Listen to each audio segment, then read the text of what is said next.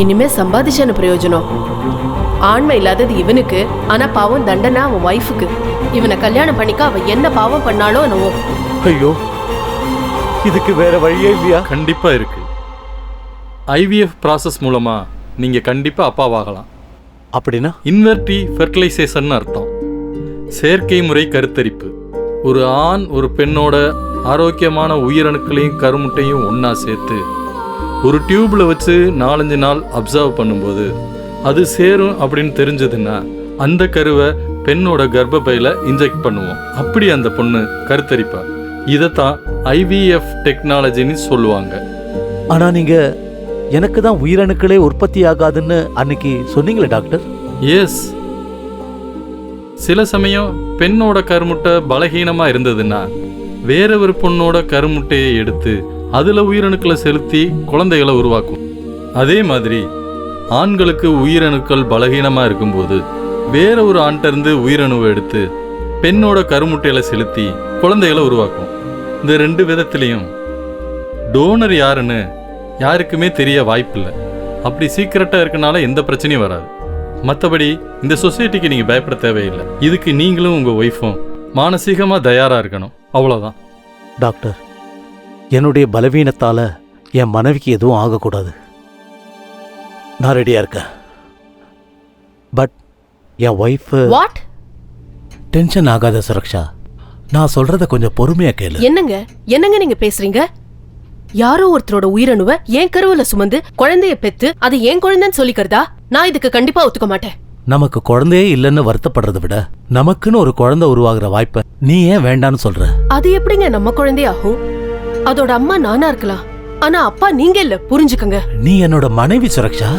உன் வயித்துல நம்ம குழந்தைய சுமந்து உன் ரத்தத்துல பொறுக்கிற குழந்தை எனக்கு மட்டும் எப்படி குழந்தை இல்லாம போக சொல்லு? நீங்க பேசுறது அவ்வளவு ஈஸி இல்லைங்க. நாம வாழ்ந்துட்டு இருக்கிறது இந்த சொசைட்டிக்கு நடுவுல. நாம அவங்கள ஃபேஸ் பண்ணி ஆகணும்.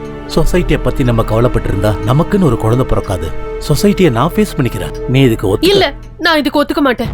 நீ கண்டிப்பா ஒத்துக்கணும். என் மேல சத்தியம். என்னங்க? என்ன இது? Please.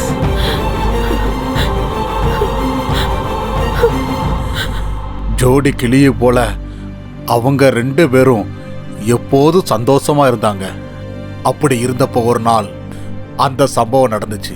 Mister Sharad. S. Doctor உங்களை கூப்பிடுறாரு. உங்களுக்கு லாஸ்டா பீரியட்ஸ் எப்ப ஆச்சு? மோர் தென் a month.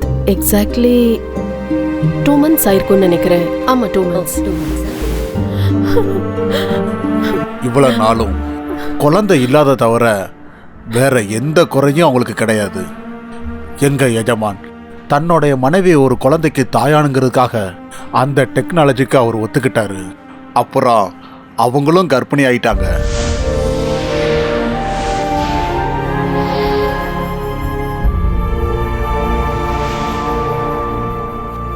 Congratulations, fertilisation success ஆயிடுச்சு. குழந்தை தாயோட வயிற்றுல ஆரோக்கியமாக வளர்ந்துக்கிட்டு இருக்கு. Thank you doctor, thank you. இது ஃபெர்டிலைசேஷன் பேபின்றதுனால ரொம்ப கேர்ஃபுல்லாக இருக்கணும். ரொம்ப ஸ்ட்ரெயின் பண்ணக்கூடாது, ஓடக்கூடாது, மாடிப்படி ஏறக்கூடாது, டைமுக்கு மெடிசன் எடுத்துக்கணும். அப்புறம் செக்ஸை அவாய்ட் பண்ணுறது பெட்ரு. முதலாளி அம்மா வயிற்றுல அந்த குழந்தை வளர வளர முதலாளி மனசுல இந்த குழந்தை என்னதில்ல சந்தேகமும் வந்துச்சு. பகலும் ராத்திரி எப்பவும் ஒன்னா இருந்த அவங்க ஒரே வீட்டில் வேற வேற ரூம்ல இருக்க ஆரம்பிச்சாங்க.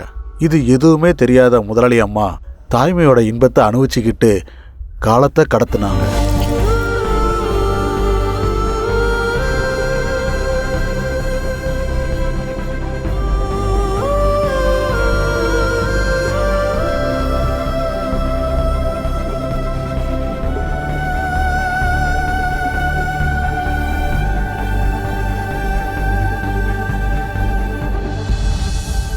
என்னன்னு தெரியலையே, மனசு நிம்மதியாவே இல்லை. மனைவியோட சந்தோஷத்துக்காக அவ கர்ப்பிணி ஆகணும்னு ஆசைப்பட்டேன். ஆனா பிறக்க போற குழந்தை என்னோடதுலன்னு இன்னொரு ஆம்பளையோட உயிர் அணுவில் இருந்துன்னு இந்த சமுதாயத்துக்கு தெரிய வரும்போது நான் இந்த சொசைட்டியில் எப்படி தலை நிமிர்ந்து நடக்க முடியும்? இப்படி வாழறதை விட நான் சாகிறதே மேல். சாகிறதா சரி. அது உன்னோட குழந்தை இல்ல. யாரோடைய குழந்தைக்கு உன்னோட இன்சியல் வைக்க போறியா? Mister Sarath, doctor. கங்க்ராச்சுலேஷன்ஸ், பொம்பளை பிள்ளை. Thank you doctor. சாதாரணமாக இந்த ஃபெர்டிலைசேஷனில் பிறக்கிற குழந்தைங்கெல்லாம் ரொம்ப சென்சிட்டிவாக இருப்பாங்க. But you are very lucky. உங்கள் பொண்ணு ரொம்ப ஹெல்த்தியாக இருக்குது.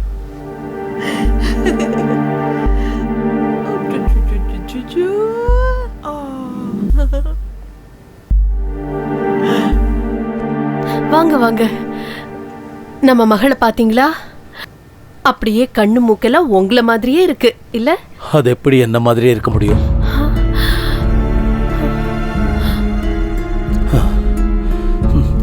உன்ன மாதிரியே இருக்குன்னு சொல்லு. குழந்தை பிறந்ததுக்கு அப்புறம் முதலாளியோட மனசு வேற ஒரு மாதிரி ஆயிடுச்சு. அவரு ரொம்பவே மாறிட்டாரு. அந்த குழந்தைய வேற ஏதோ மாதிரி பார்க்க ஆரம்பிச்சிட்டாரு. பாசத்தை அள்ளி கொடுக்க வேண்டியவரு அந்த குழந்தை மேல வெறுப்பு காட்ட ஆரம்பிச்சாரு.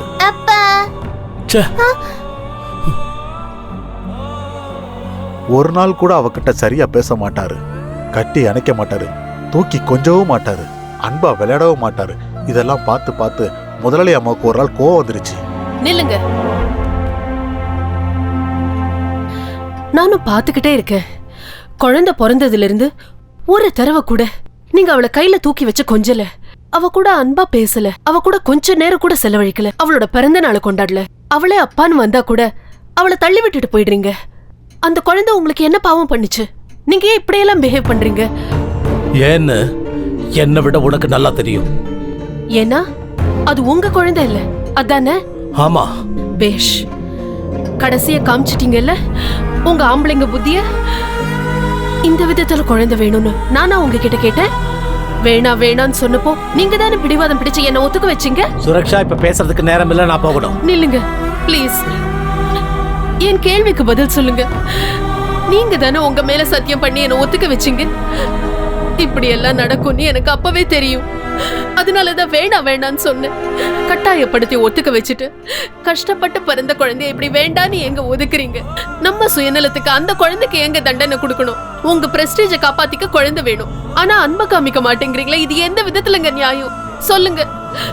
என் கேள்விக்கு பதில் சொல்லுங்க. சொல்லுங்க சொல்லுங்க சொல்லுங்க சொல்லுங்க.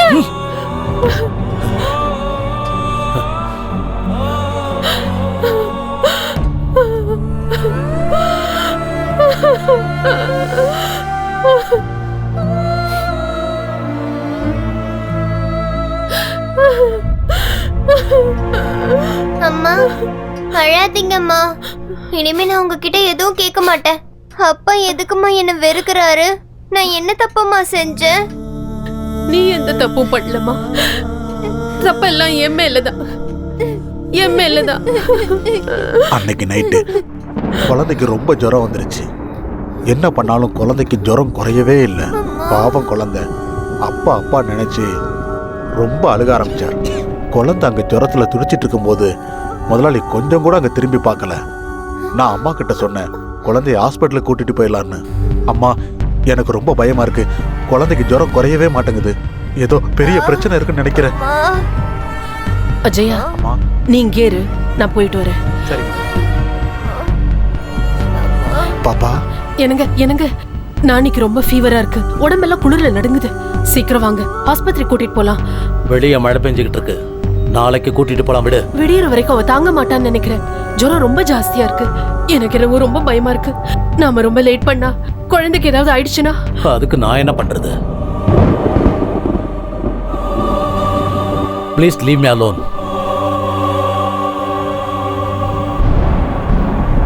அம்மா,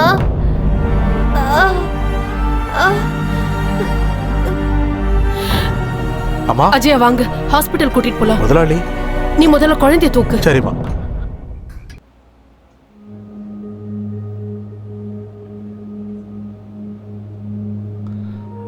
அந்த கால் எக்ஸ்ரே கொடுங்க.